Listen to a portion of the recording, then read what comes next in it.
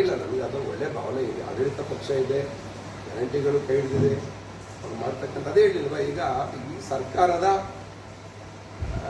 ಇದೊಂದು preparatory examination ಅಂತೀವಲ್ಲ, ಹಂಗೆ ಸರ್ಕಾರದ ಯೋಜನೆಗಳು, ಅವರ ಗ್ಯಾರಂಟಿಗಳು, ಅದಕ್ಕೆಲ್ಲ ಪೂರಕವಾಗಿ ಈ ಚುನಾವಣೆ ರಿಸಲ್ಟು ಅದೆಲ್ಲ ಸರಿ ತಪ್ಪು ಅನ್ನೋದನ್ನು ತೀರ್ಮಾನ ಮಾಡ್ತಾರೆ. ಯೋಗೇಶ್ವರ ಅವರ ಲೆಕ್ಕಾಚಾರ ಏನಾದರೂ ತಪ್ಪಿದೆಯಲ್ಲ?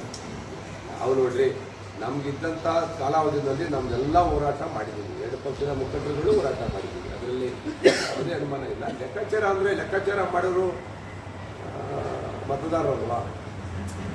ಇವತ್ತು ನಾವೇನೇ ಮಾಡ್ಬೋದು, ಅವರು ಹೋರಾಟ ಮಾಡಿದ್ದಾರೆ, ನಾವು ಹೋರಾಟ ಮಾಡಿದ್ವಿ, ಎರಡು ಪಕ್ಷಗಳು ಪ್ರಬಲ ಹೋರಾಟ ಮಾಡಿದ್ದೀವಿ. ಆದರೆ ಅವ್ರದ್ದೊಂದಂದರೆ ದೇವೇಗೌಡರು ದೇಶದ ಶಕ್ತಿ. ನಾವು ಏನೇ ಹೇಳಿದ್ರು ದೇವೇಗೌಡರಿಗೆ ಬೈದರೆ ಸಹಿಸ್ಕೊಳ್ಳಿ ಅಂತಕ್ಕಂಥ ಸಮುದಾಯ ಒಂದಿದೆ, ಕುಮಾರಸ್ವಾಮಿ ಬೈದರೆ ಸಹಿಸ್ಕೊಳ್ಳಿ ಅಂತಕ್ಕಂಥ ಸಮುದಾಯ ಒಂದಿದೆ.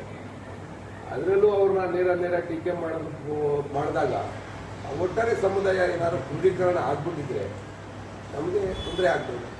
ಜೊತೆಗೆ ಅವರು ಒಂದು ಪ್ರಾದೇಶಿಕವಾಗಿ ಆ ನೆಲೆಗಟ್ಟು ಇಟ್ಕೊಂಡೇ ಬಂದರು. ನೋಡಿ, ಪಾರ್ಲಿಮೆಂಟ್ ಚುನಾವಣೆಯಲ್ಲಿ JDS BJP ಒಂದಾದ ಮೇಲೆ ಕಾಂಗ್ರೆಸ್ಗಿಂತ 25,000 ಲೀಡ್ ಬಂದಿತ್ತು. ಕಾಂಗ್ರೆಸ್ಸಿನ ಸ್ಥಿತಿನೂ ಅಷ್ಟು ಫೇವರಬಲ್ ಆಗಿ ಇರಲಿಲ್ಲ ಇಲ್ಲಿ. ಅಂಥದ್ದು ನಾನು ಒಂದು 2 ಸಾರಿ ಗೆದ್ದಿದ್ದೀನಿ ಕಾಂಗ್ರೆಸ್ಸಿಂದ. ಆದರೆ ನಾನು ಪಾರ್ಟಿ ಬಿಟ್ಟ ಮೇಲೆ ಇಲ್ಲಿ ಚೇತರಿಸ್ಕೊಂಡಿರಲಿಲ್ಲ.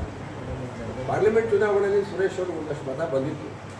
ಅದು ಬೇರೆ ಬೇರೆ ಕಾರಣಕ್ಕೆ ದೇವೇಗೌಡರ ವಿರೋಧಿ ಮತ ಹಾಕ್ತಿರಲ್ಲ, ಸುರೇಶ್ಗೆ ಹಾಕಿರ್ತಾರೆ. ಪಾರ್ಲಿಮೆಂಟ್ ಚುನಾವಣೆ ಬೇರೆ, ವಿಧಾನಸಭಾ ಚುನಾವಣೆ ಬೇರೆ, ಇದು ಉಪಚುನಾವಣೆ. ಏನು ಆತ್ಮವಿಶ್ವಾಸ ಏನು ಕುಗ್ಗಿಲ್ಲ. ಪೊಲಿಟಿಕಲ್ ಅನಾಲಿಸಿಸ್ ಮಾಡುವಾಗ ಸಮಾನವಾಗಿ ನಾವು ಯೋಚನೆ ಮಾಡುವಾಗ ಈಗೂ ಆಗಿರ್ಬೋದು.